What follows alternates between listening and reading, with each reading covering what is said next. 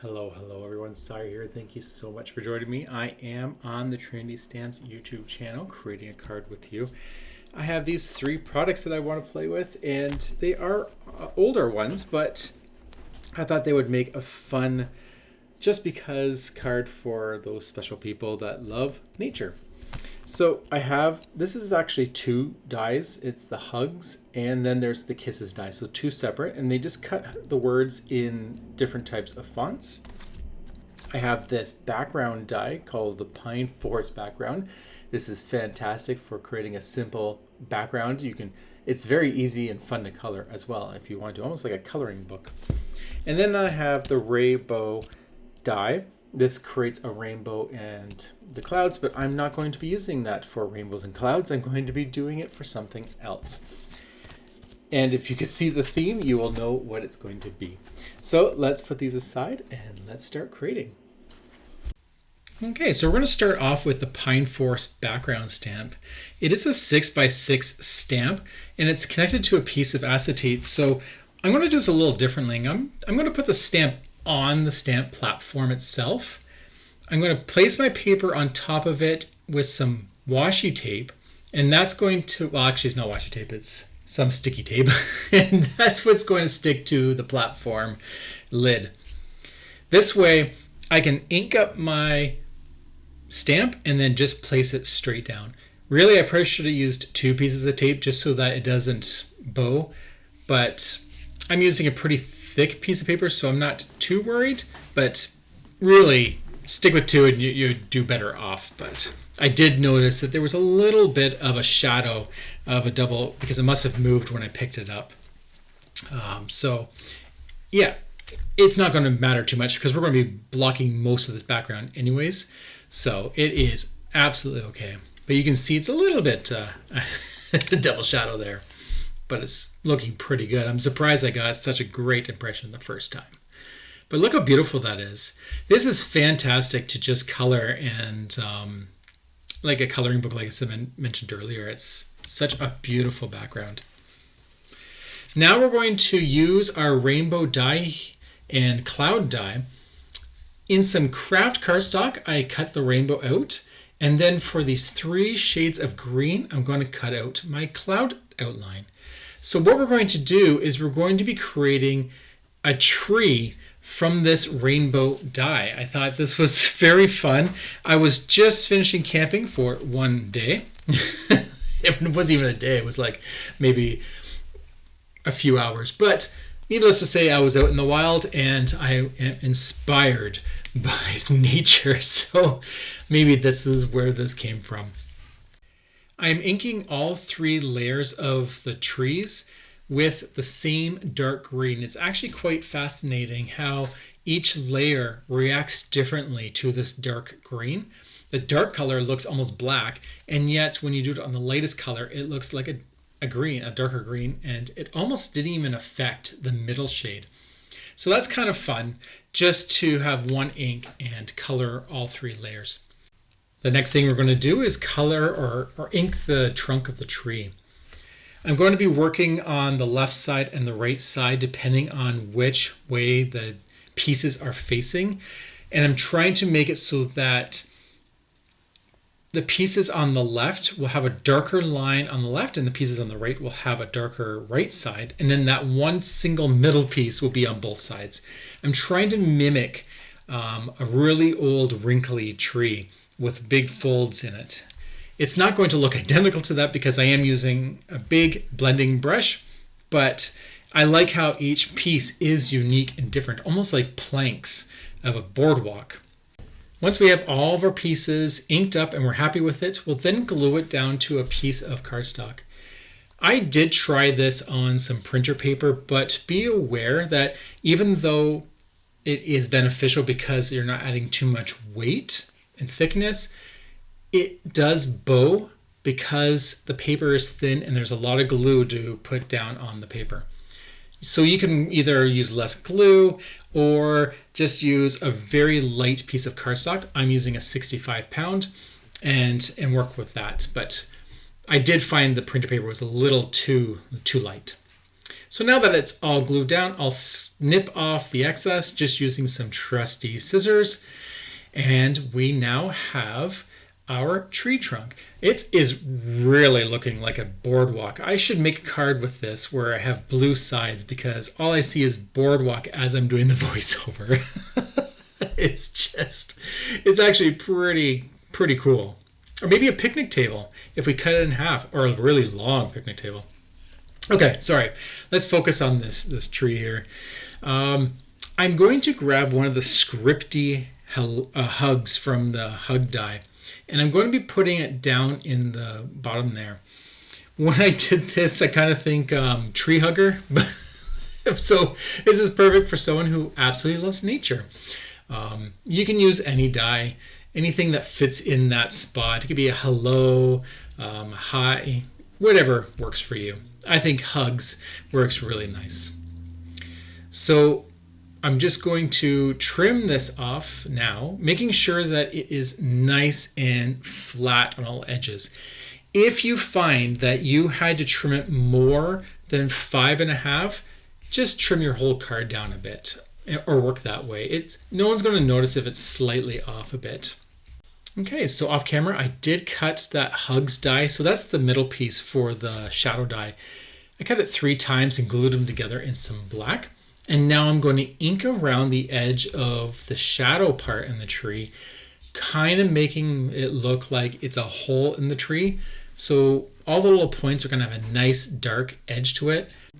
And then what you want to do is grab some dark brown. This is the darkest that I could find on hand. You can go darker, and then we're going to put our hug sentiment in there. I think I might change that up. Now that I look at it, black was probably not the best choice because you can't really see it on that black or that dark brown background.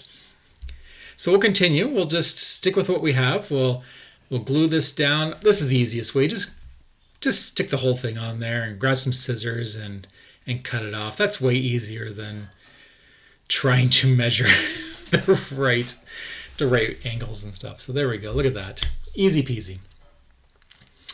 So now we got our tree with a hole that says hugs. I was going to color that background, but I really think it looks sharp with the white. I don't think I really need to color that background. For the treetop, I'm just going to stagger each layer because they are all identical. I'm going to stagger it a bit. Thankfully, we actually have the width to work with. So now that they're all staggered, I'm going to just keep holding them and just glue the tops of each layer so that they stick together. This just makes it easier since I'm already holding it. And now they're all stuck together so that I can work with it the way I wish. So if I decided to do anything more, like if there was any tucking that was to be done, then I can still do that while it's still holding its perfect shape. But in this case, we're not going to add anything. I'm just going to get a pencil and mark off where roughly the 4 1/4 lines are, and then put that in the paper trimmer, and there we go. We have a perfectly shaped treetop. Let's add a little bit of foam tape. We're going to glue the back of it and the sides flat, but let's give it a little bit of height by putting some foam tape, and that will just make it look a little bit more realistic. If you really wanted to, you could add some shading under that tree before you glue it down. So here we go. Off camera, I cut this in 3 layers of white and glued them together so it gives it a little bit of thickness, and that looks so much better. It really ties in with that white and black background, and then the hugs definitely not being lost in the brown. If you are using brown that's a little bit thicker, let's say 100 pound, I would probably recommend finishing the rest of this background with scraps because you'll have a height difference. But because I'm using just a 65 pound, I'm not too worried that this tree trunk is going to be lopsided, just so you know. And we'll just glue that right down to our panel, and yeah, that's so beautiful. And then adding that white hugs, that just looks so good. So we're just going to glue this down. It is a little bit finicky, or not finicky, sorry, it's thin. So just don't use too much glue. I did. So what I'm going to do, because it kind of moves on me, I'm going to grab Trinity Stamps jewel picker. I think it's called like a pickup stick. And it has a pointy end to it. And while this glue is still wet, because you can kind of see it, I'm just going to scrape it all off. It's not too bad. You just have to do it before it dries, and it comes off very, very easily. So if you are ever having that problem, here's a tool for you. It also is what I use for embellishments because the other side has that wax tip. Look at that. It really just stands out. So let's put our tree top on there, and we're almost finished our card. What I love about this die is that when you first look at it, all I was thinking is that you would create a rainbow coming out of the clouds, and that is something that looks really nice. It's a very nice die. But when you can actually create other things that, for example, a tree or a boardwalk or a large picnic table, now your die has multiple purposes, and that is a really handy thing to have on hand. Versus something that can only be used for exactly what it is. So I love that this can be turned into a fun looking tree, and you can gussy it up as much as you want. If you really want to get into the details, you can get those pencil crayons and markers and really make that look realistic. It's really up to you. So let's get this on our card base here. This is an A2 size, so that is 4 1/4 by 5 1/2. I'm going to use our Trinity Stamps ergonomic Teflon bone folder type tool. It feels really good in the hands when you're folding, and it does a fantastic job creasing those cards. Normally, I like to have a little border around my card, but I don't think I'm going to trim this one. I think this one looks good the way it is. So let's just glue the whole thing down right to the card, taking up the whole real estate. At this point, we could say that the card is complete. This is, to me, a very fine looking card, but let's gussy it up. I do happen to have some sparkle dots in the champagne color, so I'm going to add a few of those to the tree trunk. I did contemplate on whether I want to add them to the tree top in some green, but I feel the top is already busy enough. It's just a lot of green with the different shades, so just adding the subtle champagne to the trunk, I think, is going to be good enough. For some reason, I did 6 of them. I never do even numbers, but here we are. Sometimes we just do things differently, and we'll glue those down. 6 is definitely not a bad number. You can do whatever you want. 5 does happen to have a nicer feel to it, but it doesn't mean that you can't do any other than that.